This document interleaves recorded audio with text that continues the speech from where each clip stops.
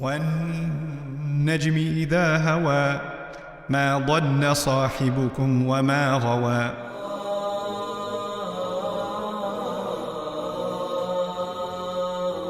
And then the third goddess, Manat, is because Manat is related to many, and mania means liquid or fluid. Sperm is also called mani, but even blood dripping can be called mani. And they said she's called Manat because when women come near her, they start menstruating and they start bleeding, and therefore her name became Manat. Okay, that's great. This is fantastic. Why do you believe in Manat? Let me tell you. This is why you should follow this religion. This is a really good reason. Okay. So a goddess, this was a goddess that was worshipped actually in Yathrib. Yathrib later on got called what? Medina. So this was a goddess found in Medina. And they thought that Hajj is incomplete until they go to Hajj and come back, and until they pay visit to Manat, then the Hajj wasn't complete. That's how much they revered Manat. Okay. Now, get to the point. Do we have a lot of information about these or a little? When you ask the question, what is the significance of Lat? What did Lat do for them? What is the origin story of Lat? I mean, I know the origin story for Thor and Odin. I know the origin story, some kids here play God of War or whatever. They know the Zeus story, at least the PlayStation version of it, not the Greek mythology version of it. What's the origin story of Lat? What does he do? Why should you believe in him? What guidance does he give you? Did he ever say anything? Did she rather ever say anything? Did Uzza teach you anything? What have you seen them do? Now, the word seeing is really important because the previous passage was about the ultimate vision of who? The Prophet ﷺ. And that's what they were making fun of. Oh, what did he see again? Oh, you're saying he saw Jerusalem and then he saw up in the heaven? And Allah turns that around and says, okay, let's talk about what you see. So, have you seen Lat, Manat, and Uzza? أَفَرَأَيْتُمُ اللَّاتَ وَالْعُزَّى وَمَنَاتَ الثَّالِثَةَ. And Manat الثالثة, the Manat, the third one, that is further away. Al-Ukhra, the other one, because it was all the way in Yathrib, right? So Taif is close and Yathrib is far. So Manat al-Thalithat al-Ukhra, farther away. Now, I want you to understand something. Looking is two things. Seeing is two things. Seeing is using my eyes, and seeing is also understanding. Have you ever actually looked at this piece of stone? Like, just look at it. And do you see anything more than stone? Like, really look at it. You're questioning what the Prophet sees and understands. Can you understand anything more than this? Have you ever? And the idea of seeing is to coming to believe, coming to understand. I've written here the question: do people think about these religions and then convert? Like, can you imagine somebody in ancient Arabia? So, let me tell you about that. It's like a rock, right? And it's really big, and like you lean on it. Want to go? I think you should convert. Like, have they given compelling reasons for any of? No, they haven't. You know why people follow these religions? Because they're born into families that follow these religions. Because everybody else around them is following these religions. It's not because they see the truth in it for themselves. They were told, don't ask questions, just do it. And the vast majority of people on this planet that follow any religion don't actually look into their own religion, including Muslims. Most Muslims on this planet are Muslims because they were born in a Muslim family. They actually don't know why they're Muslim. And in fact, the first exposure nowadays that they get to Islam is some kind of criticism of Islam, and they start questioning, why am I even Muslim? I never thought about it. Now that I'm thinking about it, I'm seeing a lot of issues. That's what happens to a lot of young people, right?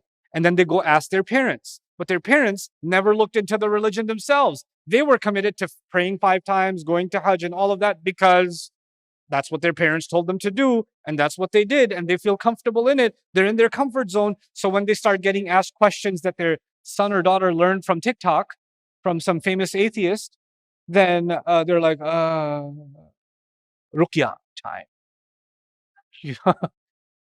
So the question Allah is asking, Afara'aytum, have you seen? Means have you analyzed? Have you thought? Have you looked at the evidences? And nowadays, Atheists are asking that question. Have you studied the universe? Have you studied science? How can you study science and believe in a God? How can you study science and believe in religion? They're the ones asking the question. And the fun thing is, Allah was asking this question before them. And Allah wasn't saying, close your eyes, don't study the universe, don't look at the signs, don't look at, He was saying, ask, look, explore, siru fil ard, fanzuru kayfa bada al khalq. Go travel the world and find out how creation began. My God, this is a religion like no other religion. Even the religions of Arabia and other religions around the world tell you, shut up and follow. That's what they tell you. And this religion says, have you looked at what you're following? I want you to open your eyes and follow this religion, not close your eyes and follow this religion. Ad'u ilallahi ala basiratin. I call to Allah with eyes open. It's a revolution in religions. What religion tells you to study science? Nowadays you think religion is here, science is here. But this religion is telling you, this teaching you engineering. People of faith are like teaching how to build a wall, Dhul Qarnayn is teaching engineering, Dawud alayhi salam is building, metallic like armor. They're crafting materials. Allah is telling you to travel and learn and explore. Siru fil ard, travel in the land. Ask, and when you come across other religions, ask them questions. And you know what people do when they want to convert other people from their religion? You think some Christian that wants to convert people to Islam is going to come to me? Or is it going to come to like Sheikh Yasser or somebody more knowledgeable than myself or whoever? They're not going to come to, when they look at you, they're like, looks like he doesn't know a lot about Islam. Let me tell him about Jesus.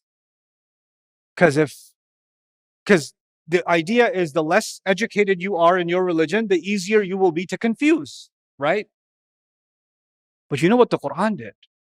The Quran said, take these questions, go ask the rabbis, go ask the priests, go ask the most knowledgeable people of other religions these questions.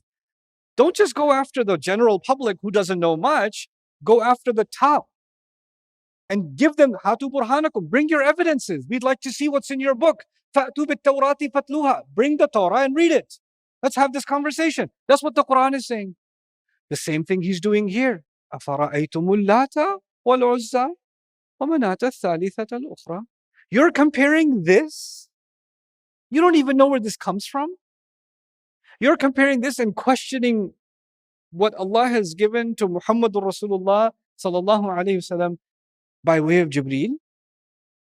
Oh, but let me tell you the origin of your religions, all of your religions. Instead of going into the origin story, I'll tell you the real origin. The real origin is a psychological origin. أَلَكُمُ الذَّكَرُ وَلَهُ الْأُنْثَى. Oh, so you only get sons.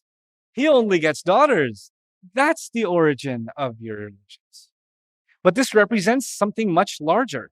This represents something about all other false religions. It represents something about all forms of shirk.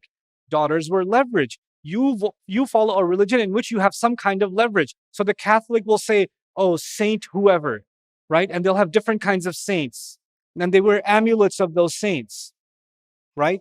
But the saints, I'm like, you guys downgraded even from Jesus? Like, why not just a Jesus amulet? No, because there's God, then there's Jesus, and then there's the saints. And actually, after that, there's the disciples, and then there's the saints, right? And so you're like 4 degrees down, but like I told you, you're not dealing with the principal, you're dealing with the teacher, right? So they move departments down and they deal with them. Why? Because this saint will have leverage. We'll get my prayer answered, right? They have some kind of leverage. And then sons were a strength and daughters were a weakness. So what is strong and preferable you want for yourself, and what is weak you give to God. By the way, this translates into not just belief, but also into practice. So you can have people that, when I was telling, like Allah says, the good things, you won't achieve goodness until you spend out of the things that you love. Because people love to spend out of things that they don't love. Like, for example, in this country, when you donate, you can get a tax exemption, right?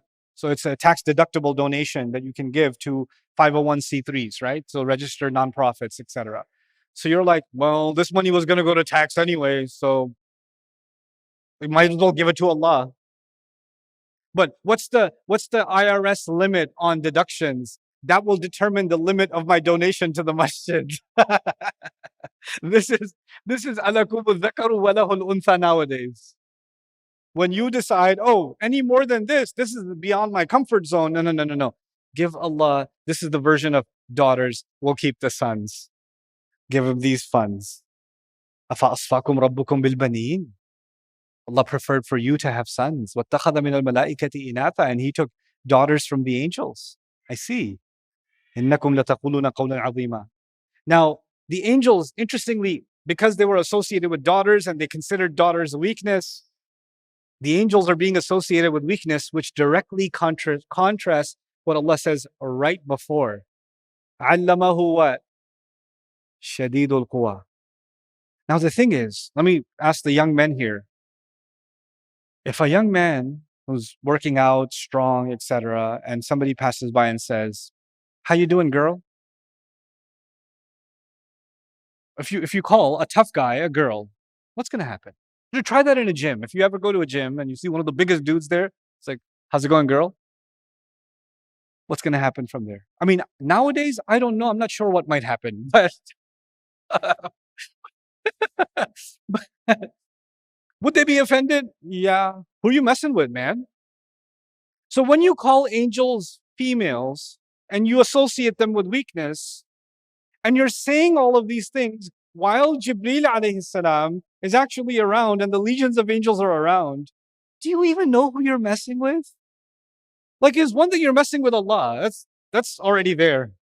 You're messing with Allah's messenger, sallallahu alaihi wasallam, but you're also messing with the angels. Stupid. So it's like it's a threat. It's actually a threat. And this is actually, I told you about strands, right? Like each surah has a strand, like the Quran strand in the beginning. This is a strand from Surah At-Tur. Surah At-Tur, Allah says, "Am lahul banat wa lakumul banun." He's going to have daughters, you'll have sons. He asked the same question. Now he's bringing that strand up again. If we had more time in this week, I would show you how that strand develops. Like, how was it talked about in that surah and how is it talked about in this surah? But I'm going to let you do tadabbur on that, because that's kind of why you're here too, right? So one last quick thing. Actually, it's not a quick thing, so I will not do it now. I will stop here, inshallah, and we will continue after the salah.